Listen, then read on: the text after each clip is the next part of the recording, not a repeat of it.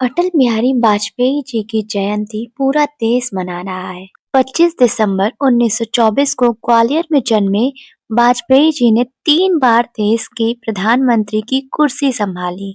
वाजपेयी जी को सन 2015 में देश के सर्वोच्च सम्मान भारत रत्न से सम्मानित किया गया था। राजनेता होने के साथ ही वो एक कोमल हृदय के कवि भी थे। अटल बिहारी वाजपेयी की कविताएं हार का निर्वासन नहीं बल्कि युद्ध की घोषणा है। वे भाजपा के सह संस्थापकों व वरिष्ठ नेताओं में से एक थे। साथ ही 3 बार देश के प्रधानमंत्री भी बने। लेकिन इसके साथ ही वो एक प्रसिद्ध कवि और लेखक भी थे। उन्होंने युवावस्था में ही एक अद्भुत कविता लिखी थी, हिंदू तन मन हिंदू जीवन, रग रग हिंदू मेरा परिचय। इससे पता चलता है कि वे बचपन से ही उनका रुझान कविताओं और देश हित के प्रति था। ये वही कविता है जिसे कुछ महीने पहले मुख्यमंत्री योगी आदित्यनाथ जी ने विधानसभा में सुनाकर रामायण की आड़ में हिंदुत्व और हिंदुओं पर हमला बोलने वाले को आड़े हाथों लिया था। मैं आदि पुरुष निर्भयता का वरदान लिए आया भू पर, पै पीकर सब मरते आए, मैं अमर हुआ लो विष पीकर। अधरों की प्यास बुझाई है, पीकर मैंने वह आग प्रखर, हो जाती दुनिया भस्मात, इसको पल भर में ही छूकर। भय से व्याकुल फिर दुनिया ने प्रारंभ किया मेरा पूजन, मैं नर नारायण नीलकंठ बन गया। ना इनमें कुछ संशय, हिंदू तन मन हिंदू जीवन, रग रग हिंदू मेरा परिचय। मैं अखिल विश्व का गुरु महान, देता विद्या का अमर दान, मैंने दिखलाया मुक्ति मार्ग, मैंने सिखलाया ब्रह्म ज्ञान।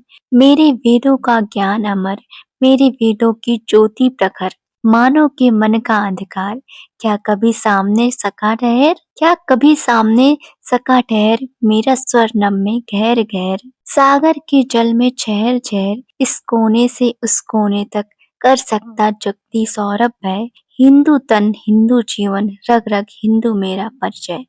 अटल बिहारी वाजपेयी जब संसद में बोलते थे तो पूरा सदन उन्हें एकाग्र होकर सुनता था।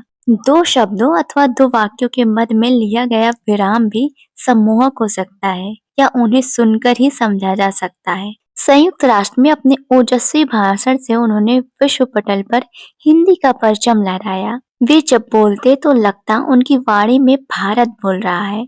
उनकी भाषण शैली और लेखन मंत्रमुग्ध करने वाला था। इसमें कोई संदेह नहीं कि अटल बिहारी वाजपेयी की कविताओं और भाषण शैली से वे लोग भी प्रभावित थे जो उनकी विरोधी विचारधारा से ताल्लुक रखते थे।